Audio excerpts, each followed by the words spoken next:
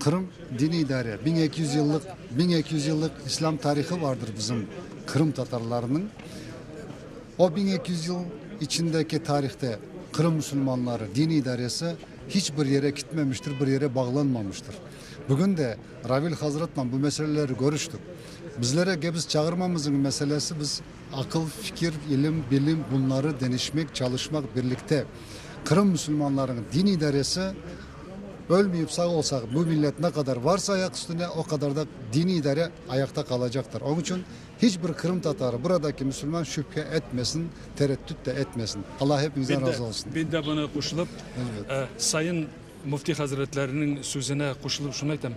Kırım Tatar Müslüman kardeşlerimizin diniye idarası, diniye nazaratı o asırdan asırga kilgen dini idare.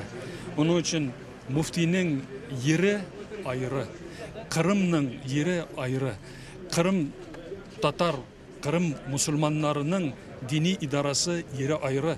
Ol var, ol olacak, ol daimi inşallah. Allah Rabbimizin izni ile bu dini idara daha yüksek, daha güçlü olacak. İnşallah. Şunun için Sayın Mufti Hazretleri kadrlar hazırlı, imamlar hazırlı, bugün ilimli, güçlü yardımcıları var. Elhamdülillah Sayın Mufti Hazretlerinin dini idarası, muftiyet daha güçlü olacak. İnşallah. Allah yardımlarını yapsın.